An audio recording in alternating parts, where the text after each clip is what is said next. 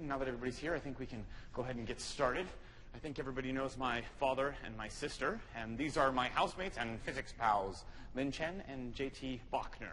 I've also invited some others here to join us. This is Professor Campbell. He is the instructor of paleontology.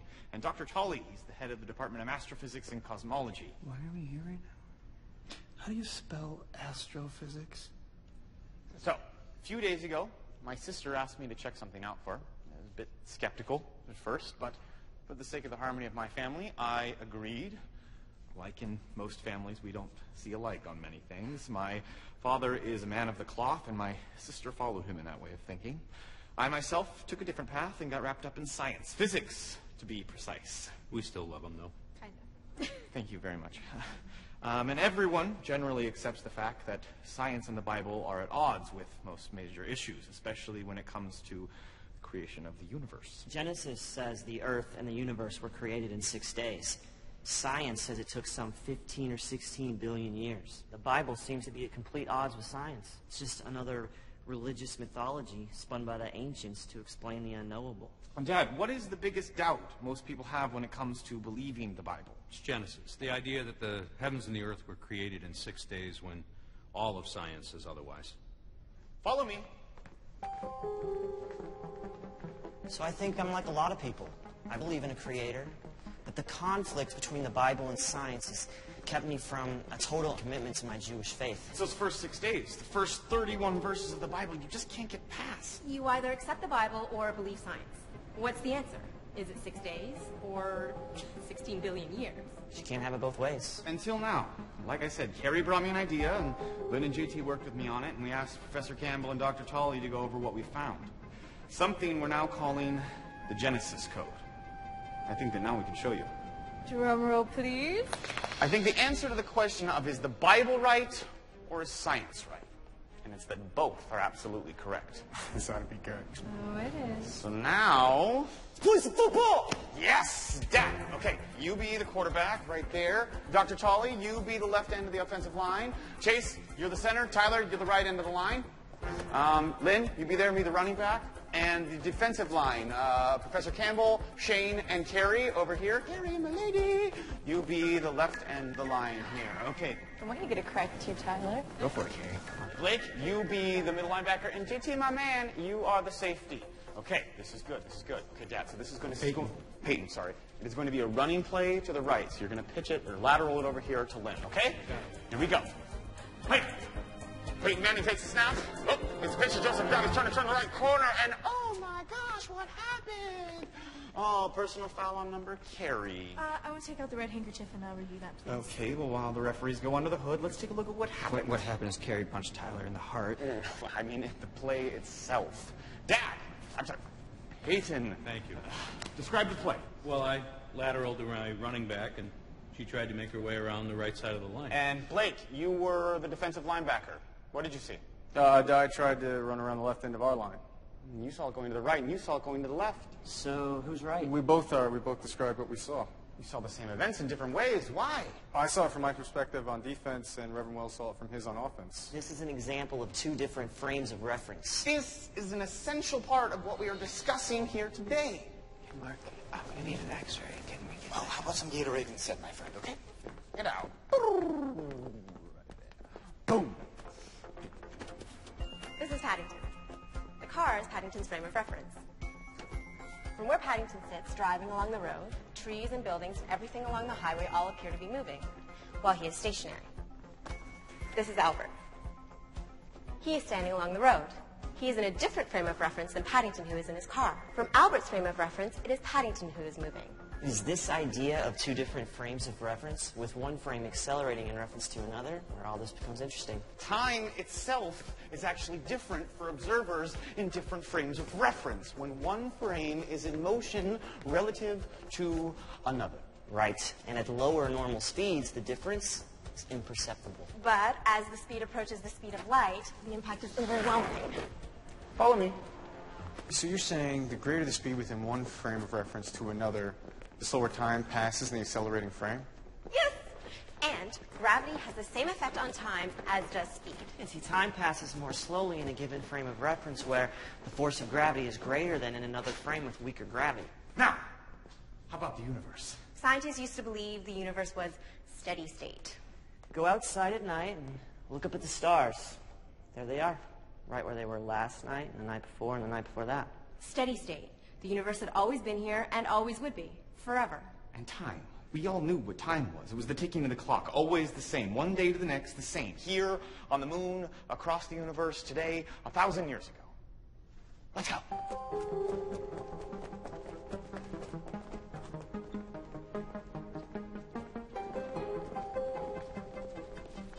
And time. Time was a constant that had nothing to do with anything else. Time moved forward from today to tomorrow and on and on. Always forward and at the same speed.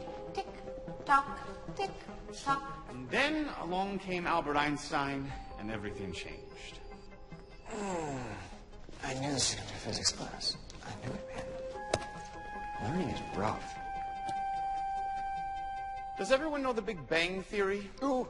Yes, Tyler. It is a TV show about two really nerdy dudes live next door to this really hot chick. Who, it's about these two really nice guys and a really pleasant girl. It's a great TV show, Tyler, but I'm actually talking about the other Big Bang. We have a little computer imagery to show you what it was. In the beginning, there was nothing. The universe did not exist. No planets or stars, not even empty space, nothing. Not even time. And out of this complete nothing was a flash, and a speck was formed, no bigger than a mustard seed. In that tiny speck was all of everything that ever would be. And that speck expanded at hundreds of millions of miles per hour. It was a ball of pure energy, dense and massive, beyond imagination. And the temperature was in the trillions of degrees. A mass of pure plasma expanding at the speed of light. Everything that ever would be. I mean, the material from which everything exists today. The planets and the stars, all living things. Time and space itself was created at that moment. And this was good news for Bible thumpers like me and Dad, because science was saying that there was a beginning, just like it says in the Bible. Of course, the bad news was, as the Bible said, this all happened in 6 days. This idea of the Big Bang all came about as a result of Einstein's theories of relativity, where he established that in the physical sciences, nothing was absolute. Everything was relative to everything else. Even time. Time is relative to speed. It's a concept in physics we call time dilation. I'd imagine you've all heard this example. Imagine Lynn and JT are twins living here on Earth. I know, weird, right? Lynn boards a spaceship and flies off traveling near the speed of light to some faraway star. JT stays here on Earth. Now for Lynn, the trip takes about a year. But when she returns to Earth, she finds that JT has aged nearly 20 years. Oh no. For me, traveling at near the speed of light, time passed more slowly than it did for JT waiting here on Earth. Ooh, like that one W.C. Fields joke where he's like, Philadelphia, it's a wonderful town. Spent a week there one night, right? No, it's not something that seemed to be. And it's not that her clock just ran more slowly. It's that less actual time elapsed for Lynn as she traveled near the speed of light. Think of it this way. For an object at rest, time passes as we are accustomed. As the object begins to accelerate and as its speed approaches the speed of light, the amount of time that passes decreases. The passage of time is relative to speed, as Lynn said, time dilation. Are we done with all the physics stuff? You like this next part, Tyler?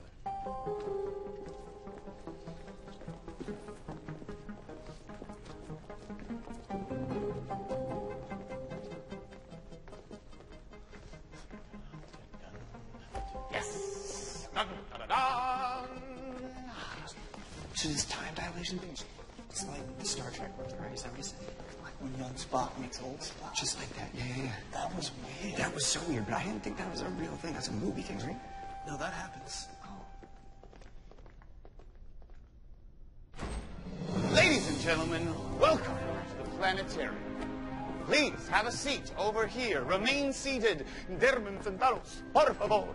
Together, another visual to show you what we mean by time dilation. We took some footage from an old sci-fi movie and created this little clip. Please enjoy yourselves. Get comfortable and lean your seats back.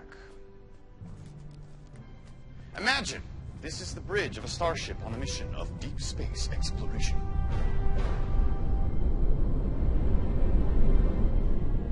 A mission to the very center of our Milky Way galaxy, where most scientists now believe we will find a supermassive black hole.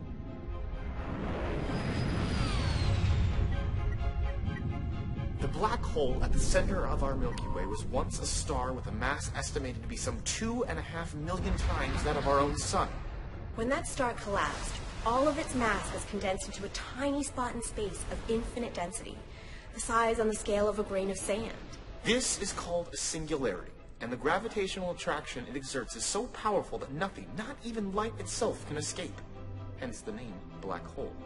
The commander of the starship has sent one of his smaller survey craft to explore the black hole. Let's call the commander of the survey craft Captain Chen. Can I be the commander of the starship? Sure, why not? Cool. Commander Chase on the starship is watching Captain Chen on the bridge of the survey craft as it approaches the event horizon. That's the edge. The edge of the black hole. As Commander Chase and his helmsman look across at the bridge of the survey craft through their monitor, Looking into one frame of reference from another. That's right. Chase and his helmsman see the movements of Chen and her crew are slowing down. They now seem to be in slow motion. But for Captain Chen, everything is normal. She will log the results of her mission into her ship's computer and then take her survey craft back to the coordinates where she expects to find the parent starship. But it's not there. They will hail another passing ship and experience a startling revelation. Those to whom Captain Chen will ultimately give the report of her 1-hour survey at the edge of the black hole will be the distant descendants of her starship mate. During the 1 hour described by Captain Chen, the clocks of these descendants will have recorded the passage of thousands of years. During what Captain Chen and her crew experienced as the passage of 1 hour at the event horizon, thousands of years have elapsed in the space they occupied prior to their trip to the black hole. As I said earlier, this is time dilation, the effect of increased gravity slowing the passage of time, just as does speed. For an object in a zero or low gravity environment, time passes as we are accustomed. As the force of gravity on an object increases, the passage of time narrows. Time slows down. To sum it up, time is not fixed or constant. Time, or the passage of time, is affected by speed and by gravity. The greater the speed or the greater the force of gravity, the slower the passage of time. There is also one more thing that affects the passage of time. That is the stretching of space itself. Here, I could use your help, Tyler. Come here. Come up here. It'll be fun.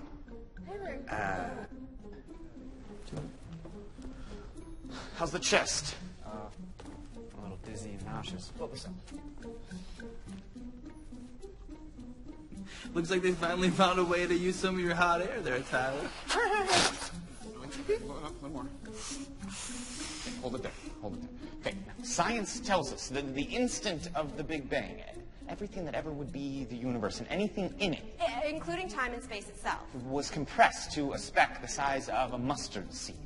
Now, as the universe expands, galaxies form. So think of the black dots on the balloon as galaxies, and the balloon itself as the universe. Now notice, as the universe expands, the distance between the dots, the galaxies, it increases. There's no more of anything. No more matter or space or time. It's just the distance between what there is increasing. Space itself is stretching. And as space stretches, so does time. Just as time is affected by speed and by gravity, it is also affected by the stretching of space. But the stretching of space affects time from one moment to another, rather than just from one place to another. And this brings us back to Genesis and the quandary of 6 days or 16 billion years. Can I keep the bun? Sure, Tyler. Now, in order to understand these first 6 days, we need to identify the frame of reference in which they unfold. How, Dad, is the story of Genesis conveyed to man? Well, depending on who you believe, the first 5 books of the Bible, including Genesis, were given directly to Moses by God, or God inspired certain others to write those books. So the source of the story of the first 6 days, directly or indirectly, is God. Yes. So Genesis is told through God's perspective, from his, scientifically speaking, frame of reference, like Peyton Manning or Blake in our football game. Yeah, that's correct. So, just what was God's frame of reference? God's frame of reference when telling the story has to be somewhere not affected by local distortions. Like speed or gravity? Yes, and that somewhere has to be the universe itself, the total universe, the cosmos, not some isolated locality within it. So the question is, How does time unfold in this cosmic frame of reference? How is it recorded? To understand that, we must first define what a clock really is. Quite simply, a clock is anything that repeats itself periodically and where the rhythm of those repeating cycles can be used to denote the passage of time. That's like straight from the dictionary. Tick-tock, tick-tock, tick-tock. A clock is not something that creates time. A clock only records the passage of time. So the cosmic clock that God uses to relate his time of creation to man is what? The answer is simply light. Light is the only constant in the universe. It provides a method of measuring the passage of time in the cosmos. Light can be used as a cosmic clock to measure the passage of time by any change in the wavelength or cycle or frequency of light. The distances between the crests of the light wave. Ding! That's right. We'll skip all the math involved. I mean, if you'd like us to, I'd be happy to go through the detail. No, we're good. Okay, then let's just say that science has proven this by measuring the stretching of the wavelength of the light from the sun compared to the wavelength or frequency of the same light created on Earth. The results confirm the predictions made by Einstein and by the theory of time dilation. In order to compare time today with time at the Big Bang, And the passage of time between then and now, there has to be a source of light which exists today that also existed at the time of the Big Bang. This light source was found in 1964 by accident when two astronomers discovered what's called cosmic background radiation, or CBR. This is a residual radiation left over from the time of the Big Bang. and it fills all space today as it did then. The property of the CBR, which make it the perfect cosmic clock, is the change that has occurred in the wavelength of the decaying ash between the moment when matter first was formed following the Big Bang and now.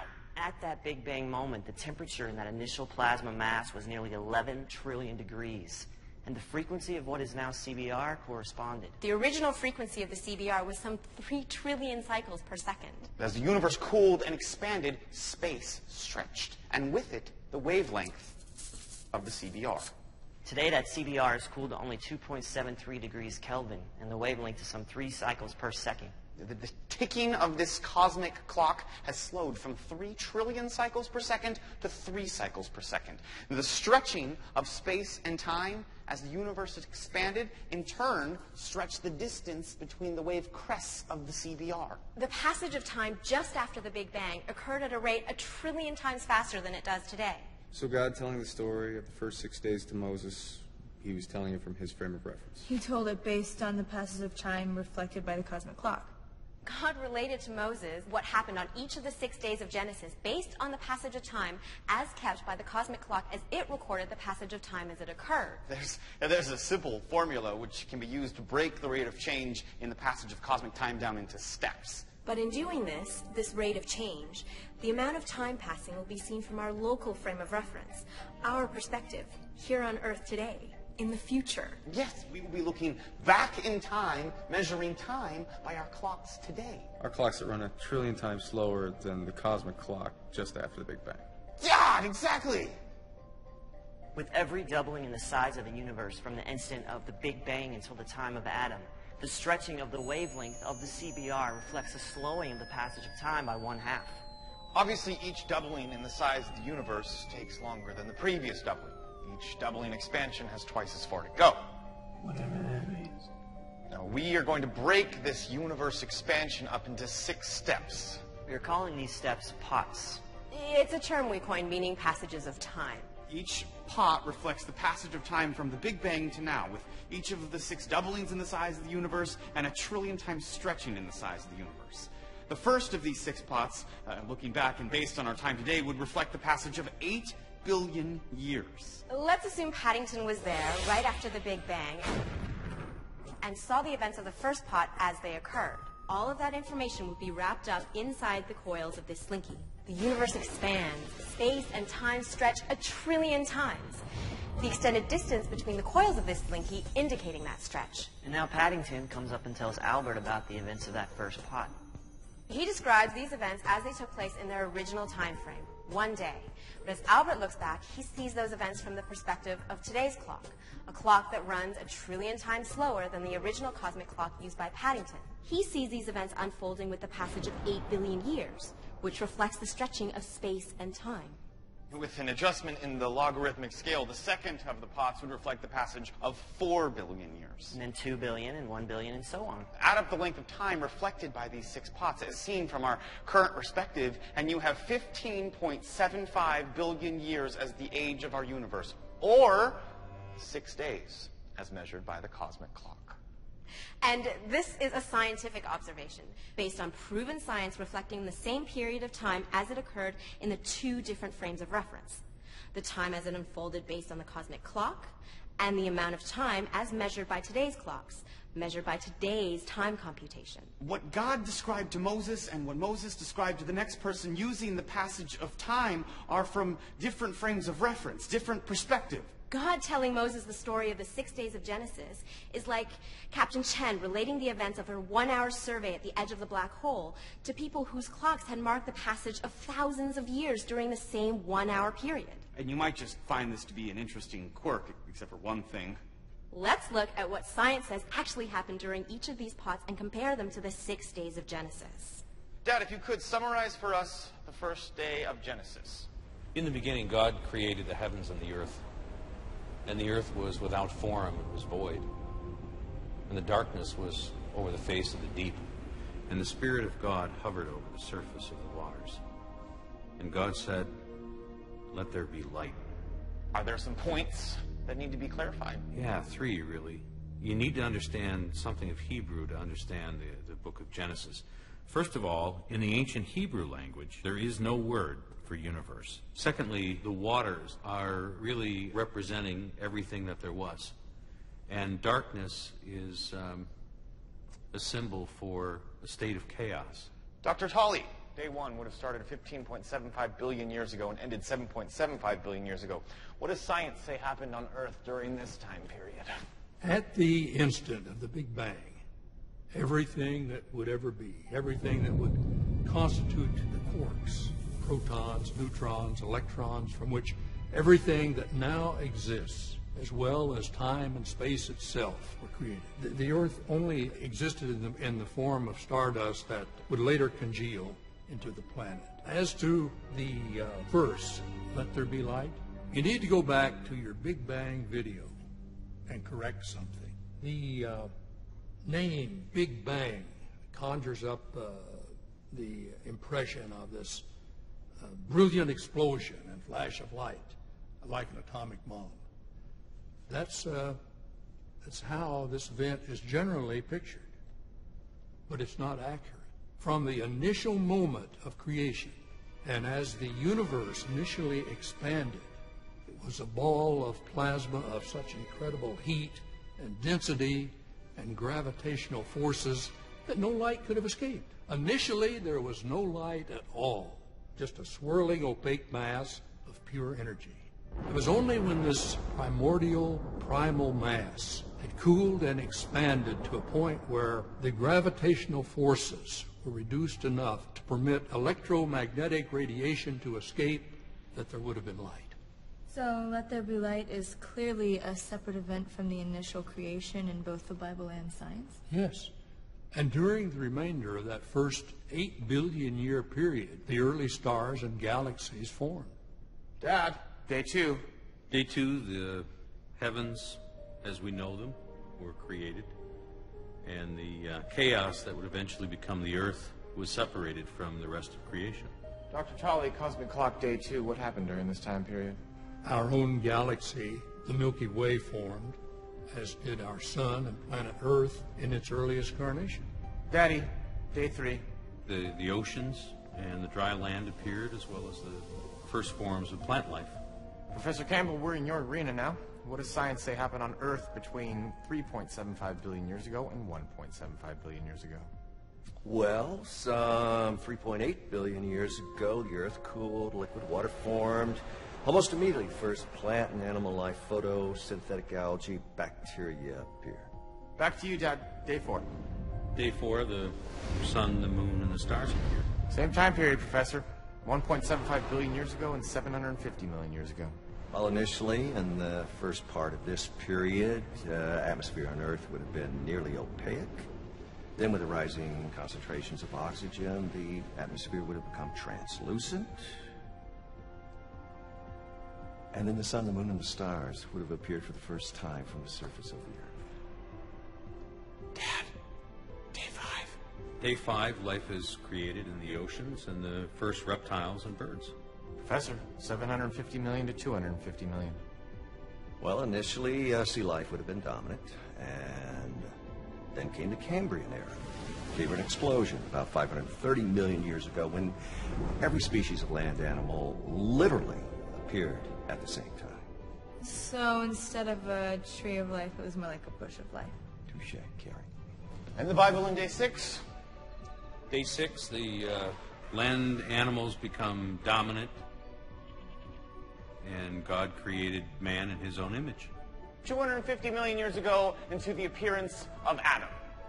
Well, 250 million years ago, there was a mass extinction. 90% of the life on Earth, followed by a rapid repopulation, mammals, land animals predominating, and... That was the Permian-Triassic event.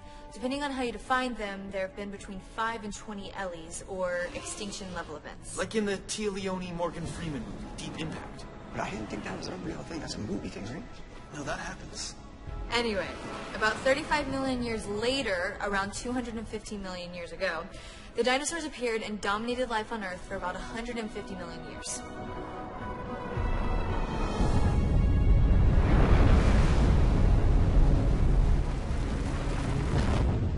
Then, 65 million years ago, another Ellie, this one known as the KT extinction, killed off the dinosaurs and opened the way for mammals and birds to become the dominant land animals.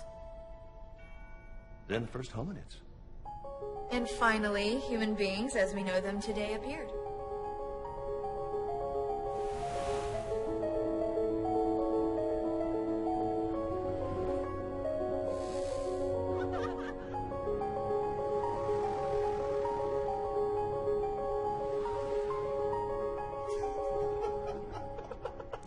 Now, isn't it true that at the time Genesis was written, there was no awareness of any of the scientific stages that you and Dr. Tully described?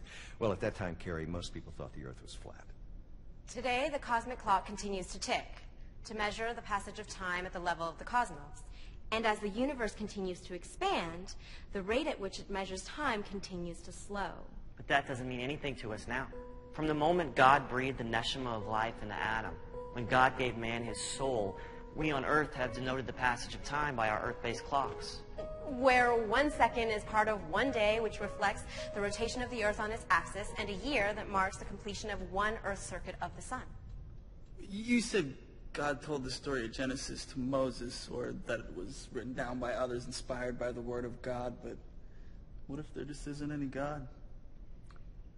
The idea that Moses or anyone else at the time Genesis was written at a time that Bob reminded us just a minute ago, when most people believed that the world was flat, could have created a story that so perfectly reflects what science has now proven to be true, all on its secular own.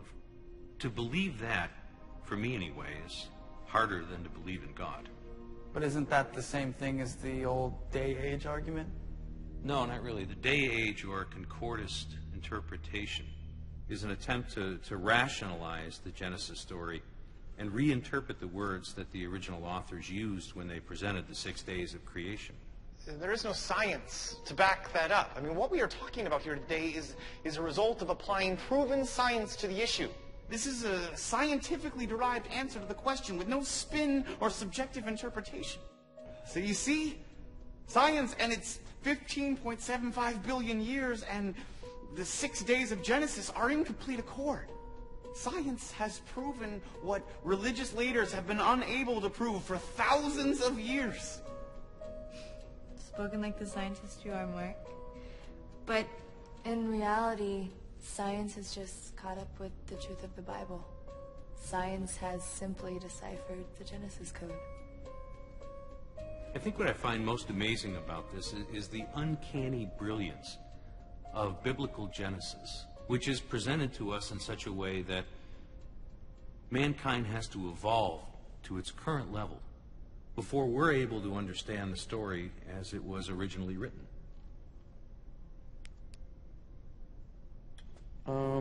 Question. Are we going to have a test on any of this? Because I don't know if I'm going to... No, Tyler, no tests. That's it. So if you guys have any questions, we would be happy to try to answer them for you. But if not, I just thank you for coming, and I bid you a good day.